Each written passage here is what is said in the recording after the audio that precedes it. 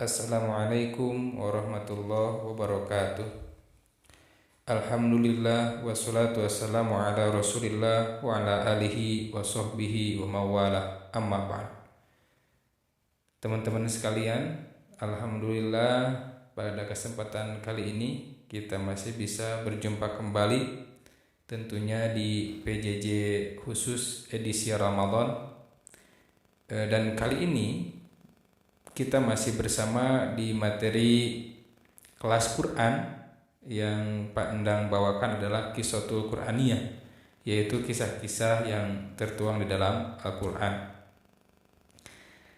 Selanjutnya untuk pertemuan yang kedua ini kita akan membahas yang berkaitan dengan tauhid, berkaitan dengan akidah kita sebagai orang-orang yang muslim.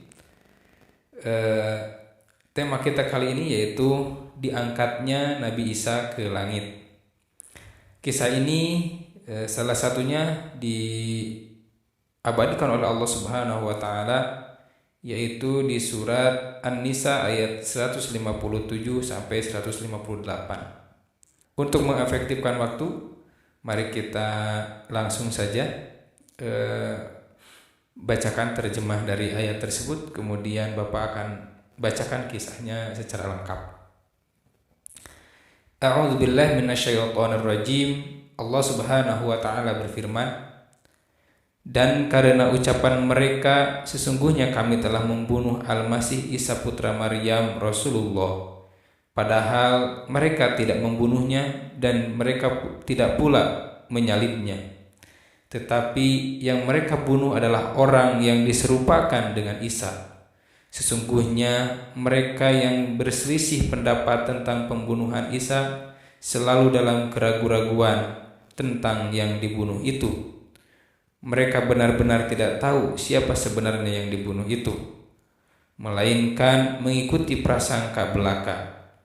Mereka tidak pula yakin bahwa yang mereka bunuh itu adalah Isa. Tapi yang sebenarnya Allah telah mengangkat Nabi Isa ke hadiratnya dan adalah Allah Maha Perkasa lagi Maha Bijaksana. Al-Quran Surat An-Nisa ayat 157-158. Teman-teman, berikut adalah kisah lengkapnya dari kisah Nabi Isa ketika diangkat ke langit oleh Allah Subhanahu wa taala. Mari kita simak. Nabi Isa merupakan putra dari Maryam. Kelahiran Nabi Isa sulit dipercaya dan dibenarkan oleh orang-orang yang hanya percaya pada ketentuan-ketentuan hukum alam. Namun bagi orang-orang yang beriman, kelahiran Nabi Isa merupakan kebesaran Allah yang Maha Berkehendak. Maryam adalah seorang wanita solehah yang mengabdikan dirinya kepada Allah. Sehari-hari Maryam mengisi waktunya hanya beribadah dan menyembah kepada Allah di sebuah mihrab di Baitul Maqdis. Maryam selama beribadah di dalam mihrab tidak pernah bertemu dengan seorang lelaki pun kecuali Nabi Zakaria yang memelihara dan menjaganya sejak kecil. Pada suatu hari, Maryam didatangi oleh malaikat Jibril yang menyamar dalam wujud seorang manusia. Begitu melihat ada seorang laki-laki berdiri di hadapannya, terkejutlah Maryam seraya berkata, "Sesungguhnya aku berlindung kepada Allah, Tuhan yang Maha Pemurah, jika kamu adalah orang yang bertakwa." Maka malaikat Jibril pun menjawab, "Sesungguhnya aku hanyalah utusan Tuhanmu." Malaikat Jibril kemudian mengabarkan berita gembira dari Allah, "Wahai Maryam, sesungguhnya Allah telah memilih dirimu, mensucikanmu dan melebihkanmu dari wanita-wanita lain di dunia ini. Hai Maryam, sesungguhnya Allah menggembirakanmu dengan kelahiran seorang putra yang diciptakan dengan kalimat yang datang dari Allah. Anak ini bernama Isa Al-Masih, putra Maryam. Ia akan menjadi seorang yang terkemuka di dunia dan akhirat.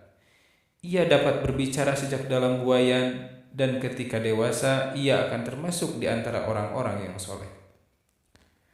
Setelah kejadian itu, Maryam hamil. Ia pun segera keluar dari kampung halamannya untuk menghindari fitnah dari kaumnya.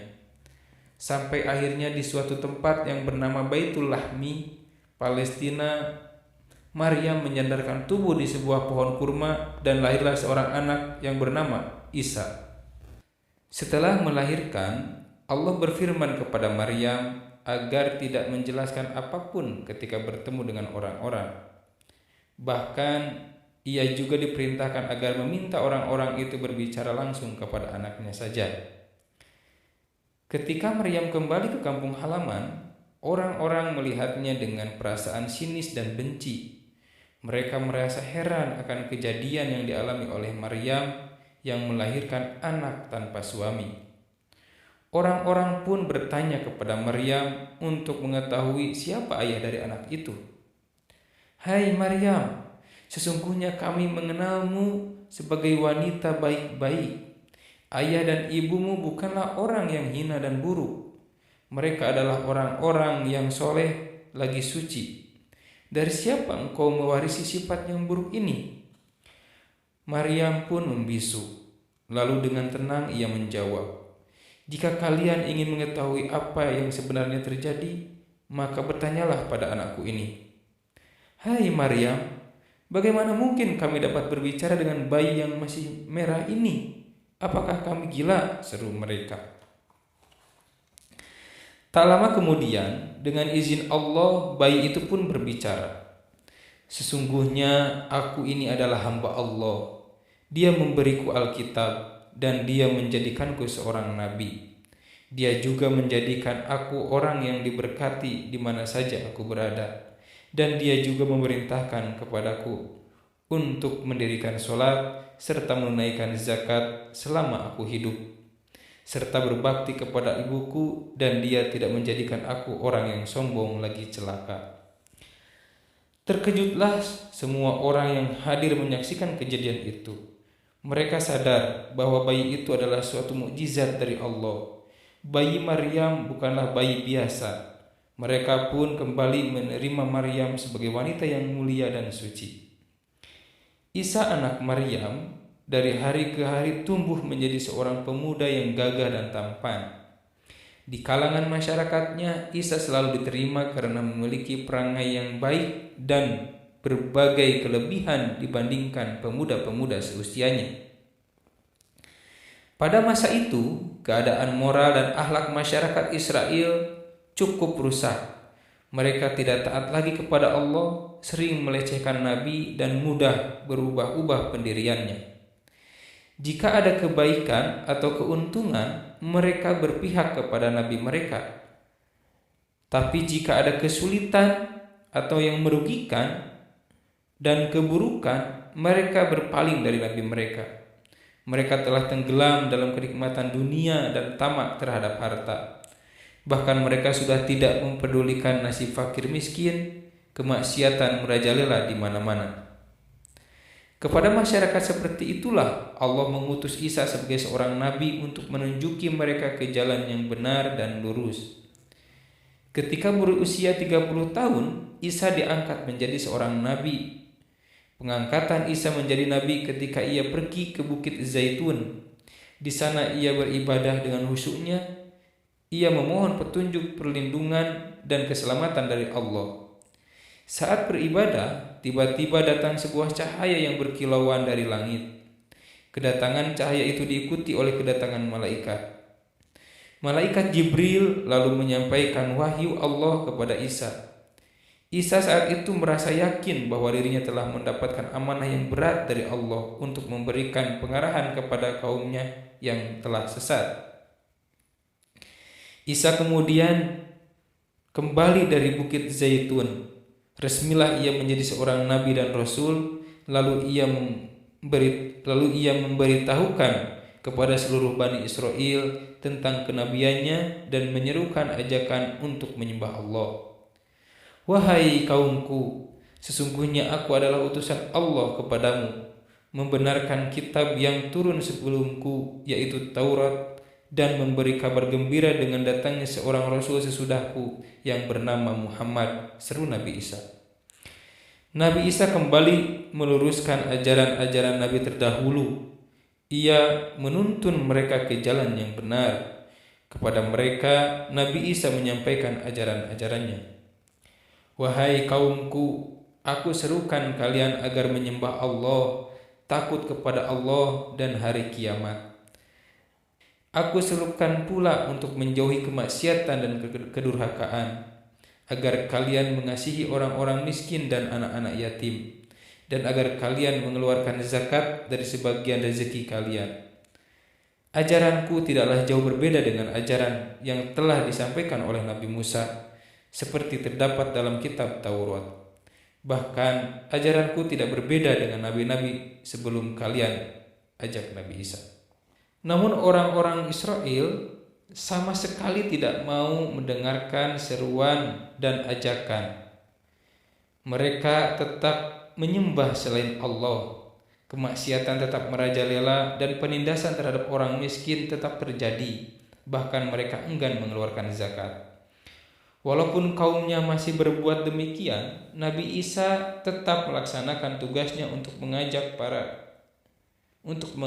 pada kebenaran dan kebaikan. Selama bertahun-tahun, Nabi Isa hanya memiliki pengikut yang sedikit. Sebagian besar pengikutnya berasal dari kalangan masyarakat yang lemah dan miskin. Sementara mereka yang kaya raya dan berasal dari kalangan bangsawan dan terhormat menolak ajakan Nabi Isa. Bahkan mereka selalu mengolok-olok dan memfitnah Nabi Isa sebagai anak haram, anak yang lahir tanpa ayah. Menurut mereka, Nabi Isa hanya nabi palsu yang hanya mengubah ajaran Nabi Musa.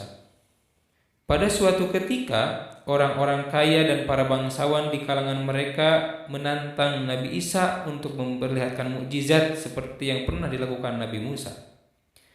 Nabi Isa disuruh memperlihatkan mukjizat di hadapan orang banyak. Maksud mereka adalah untuk mempermalukan Nabi Isa jika tidak dapat memperlihatkan mukjizatnya. Nabi Isa menjawab, "Sesungguhnya aku datang kepadamu dengan membawa tanda dari Tuhanmu. Aku dapat menciptakan seekor burung dari segumpal tanah dengan izin Allah." Nabi Isa kemudian menggenggam segumpal tanah. Tanah ini dibentuk menyerupai burung. Tanah itu kemudian ditiupnya. Tiba-tiba tanah itu menjadi seekor burung yang dapat terbang ke sana kemari. Bani Israel yang hadir pada saat itu merasa tercengang sekaligus kagum. Sebagian Bani Israel menjadi yakin tentang kenabian Isa, tetapi tidak bagi orang-orang yang ingkar. Mereka malah menganggap Isa sebagai tukang sihir. Nabi Isa juga memiliki mukjizat-mukjizat yang lain. Ada seorang yang buta semenjak lahir, dengan diusap matanya oleh Nabi Isa, orang buta itu pun dapat melihat. Orang-orang yang memiliki penyakit kusta pun dengan izin Allah dapat disembuhkan oleh Nabi Isa. Termasuk ketika orang-orang kafir meminta Nabi Isa menghidupkan kembali orang yang telah mati, dengan izin Allah orang mati itu pun bisa hidup kembali. Itulah mukjizat-mukjizat Nabi Isa yang ditampakkan sebagai bukti akan kenabiannya. Walaupun Nabi Isa sudah menampakkan bukti-bukti kenabian melalui mukjizat, pengikut Nabi Isa tidak bertambah. Dari sekian banyak Bani Israel, yang menjadi pengikut setia Nabi Isa hanya berjumlah 12 orang. Pengikut setia inilah yang disebut sebagai kaum Al-Hawariyun. Ke-12 pengikut setia Nabi Isa inilah yang selalu mendampingi berdakwah dan mengajak kepada kebenaran. Mereka setia baik dalam keadaan senang maupun dalam keadaan susah. Walaupun pengikut Nabi Isa sedikit, mereka tetap gigih dalam berdakwah. Mereka mengajak setiap orang yang ditemuinya untuk kembali ke jalan yang benar. Orang-orang miskin dan lemah mulai tertarik dengan ajaran Nabi Isa. Sebab selama ini mereka selalu ditindas oleh orang-orang Romawi. Mereka selalu diperbudak dan hidup dalam kehinaan. Ketakutan para pemuka Bani Israel semakin memuncak ketika melihat semakin banyak pengikut Nabi Isa. Mengetahui hal itu, mereka mengadakan rencana jahat untuk membinasakan Nabi Isa. Para pemuka Bani Israel berencana melapor penguasa Romawi yang menjajah negeri mereka bahwa Isa adalah seorang pemberontak. Untuk itu mereka menyusun serangkaian tuduhan palsu sebagai alasan untuk menangkap Nabi Isa. Maka sekelompok pemuka Bani Israel mendatangi wakil Raja Romawi yang merupakan penguasa di masa itu. Mereka datang untuk melaporkan kegiatan Nabi Isa yang dapat meresahkan kerajaan Romawi. "Wahai tuanku, kami mendapatkan seorang laki-laki yang melakukan pemberontakan kepada kami. Kami khawatir tindakannya akan mengancam juga keamanan kerajaan Romawi. Dia juga mengumpulkan pengikutnya untuk mengusir tentara Romawi dari negeri ini." Penguasa Romawi yang mendengar aduan itu tentu menjadi khawatir. Jika ada sekelompok pemberontak, itu berarti akan membahayakan kerajaan Romawi. Oleh karena itu, pemberontakan ini harus ditumpas. Mendengar berita hasutan dan fitnahan yang ditujukan kepada dirinya, Nabi Isa sadar bahwa bahaya sedang mengancam. Akan tetapi hal itu tidak membuat dirinya takut dan resah. Nabi Isa justru mengkhawatirkan para pengikutnya yang sewaktu-waktu terancam jiwanya. Karena itu Nabi Isa membawa pengikutnya meninggalkan kota, menuju tempat yang jauh dari pusat kekuasaan kerajaan Romawi. Mereka bersama-sama menyusuri padang pasir, menyeberangi sungai dan juga pantai. Suatu saat, Nabi Isa bersama pengikutnya sampai di sebuah padang pasir. Mereka terjebak pada sebuah padang tandus yang tidak ada kehidupan, makanan, dan minuman. Mereka pun kelaparan dan kehausan. Para pengikut Nabi Isa kebingungan bagaimana cara menyelamatkan diri mereka dari rasa lapar dan haus yang begitu menyengat. Maka para pengikut Nabi Isa mendatangi beliau. "Wahai Nabi Allah, tidakkah Tuhanmu kuasa menurunkan hidangan dari langit kepada kami?" kata para pengikut Nabi Isa. Nabi Isa terkejut mendengar kata-kata pengikutnya. "Wahai pengikutku, apakah engkau ragu dengan kenabianku? Bertakwalah kepada Allah jika kalian betul-betul orang yang beriman," jawab Nabi Isa. "Wahai Nabi Allah, kami tidak ragu akan kenabianmu dan tidak pula hilang keimanan kami. Tapi keadaan yang memaksa kami berkata seperti ini. Jika Allah menurunkan hidangan dari langit, akan bertambahlah keimanan kami dan hati kami pun menjadi tentram," kata mereka. Mendengar itu, Nabi Isa menyadari bahwa apa yang dikatakan para pengikutnya adalah sungguh-sungguh. Nabi Isa lalu memanjatkan doa kepada Allah dengan khusyuk. "Ya Tuhan kami, turunkanlah kepada kami suatu hidangan dari langit. Hari turunnya menjadi hari raya bagi kami dan menjadi tanda kekuasaan Engkau. Berilah kami rezeki yang berlimpah, karena sesungguhnya Engkau Maha Pemberi rezeki." Allah Maha mendengar permintaan hambanya. Maka sebelum hidangan itu turun, Allah berfirman kepada Nabi Isa, "Sesungguhnya aku akan menurunkan hidangan dari langit kepadamu. Akan tetapi barang siapa yang kafir dan ingkar sesudah hidangan ini turun, maka aku akan menurunkan azab yang pedih baginya." Allah lalu menurunkan hidangan dari langit, hidangan makanan dan minuman yang begitu lezat, wangi dan indah dilihat. Menyaksikan hidangan dari surga itu, semakin bertambahlah keimanan para pengikut Nabi Isa. Mereka pun makan dan minum sepuas-puasnya, sehingga hati mereka menjadi tentram. Setelah menikmati hidangan dari surga, mereka lalu meneruskan perjalanannya.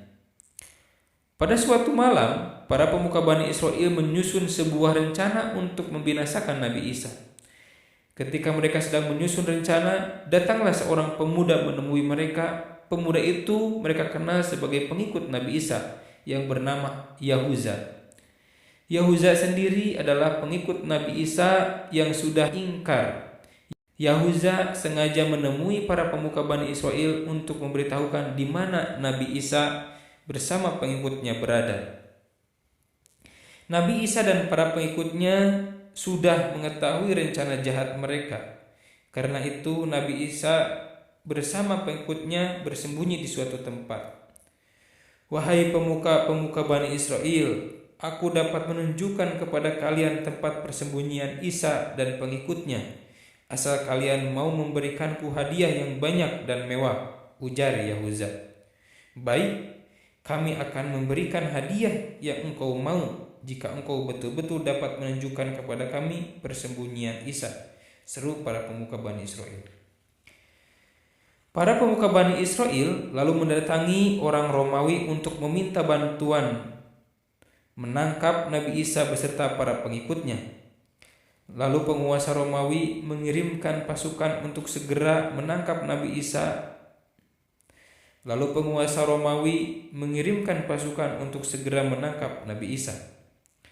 Pemuka Bani Israel bersama dengan pasukan Romawi membawa Yahuza, pengikut Nabi Isa yang berkhianat, ke tempat persembunyian Nabi Isa dan pengikutnya.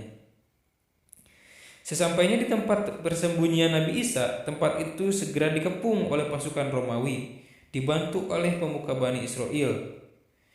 Melihat suasana yang amat berbahaya, waktu itu Nabi Isa memerintahkan pengikutnya untuk menyelamatkan dirinya masing-masing. Tinggallah Nabi Isa di tempat itu dan Allah menurunkan wahyu kepada Nabi Isa bahwa ia akan diangkat ke langit dan seseorang yang mirip wajahnya akan mati disalib. Mengetahui semua itu, Nabi Isa hanya berserah diri kepada Allah. Ketika pasukan Romawi menyerbu tempat persembunyian Nabi Isa, suasananya ketika itu sudah gelap. Dalam situasi yang kacau balau, akhirnya mereka melihat sesosok pemuda yang mirip wajah Nabi Isa. "Itu dia Isa, tangkap dia," seru prajurit Romawi. "Aku bukan Isa, aku temanmu Yahuza, lepaskan aku," teriak lelaki yang ditangkap. "Jangan bohong kamu," bentak tentara Romawi.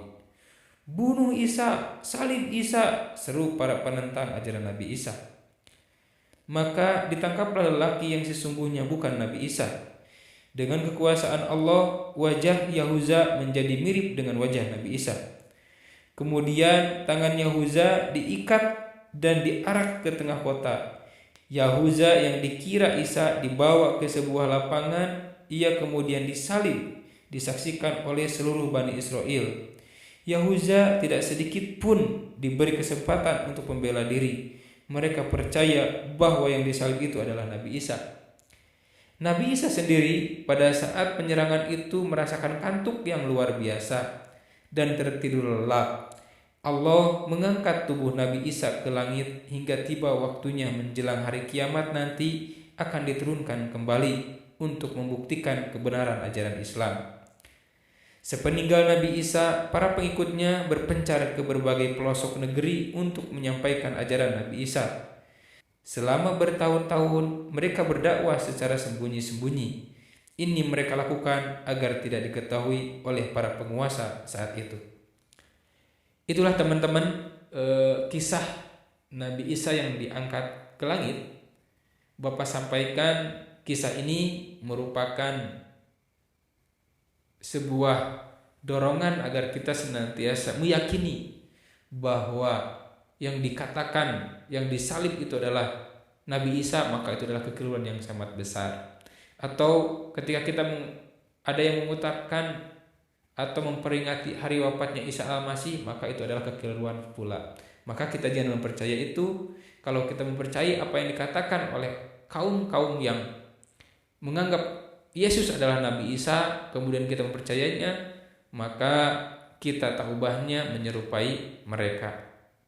Itu teman-teman untuk materi kisah Nabi Isa diangkat ke langit. Insya Allah selanjutnya kita akan diskusi dan Pak Endang akan menyampaikan penguatan materi ini. Namun bagi teman-teman yang tidak bisa ikut hadir di forum diskusi ini dan hanya bisa menyaksikan atau menyimak dari YouTube, maka setelah ini teman-teman setelah menyimak silakan teman-teman membuat jurnal biasa 1 halaman berisikan poin-poin penting dari kisah Nabi Isa ini atau dari kisah Nabi Isa diangkat ke langit yang berkaitan dengan akidah tauhid keislaman kita yang harus kita yakini, sehingga kita tidak menganggap bahwa selain agama Islam juga adalah agama yang benar sehingga semua akan masuk surga. Maka kita yakini bahwa seperti firman Allah, inna dina indallahil Islam, bahwa agama di sisi Allah yang diridhoi oleh Allah hanyalah agama Islam. Sekian yang dapat Pandang sampaikan, mudah-mudahan ada guna dan manfaatnya. Ditunggu tugasnya sampai maghrib nanti ya.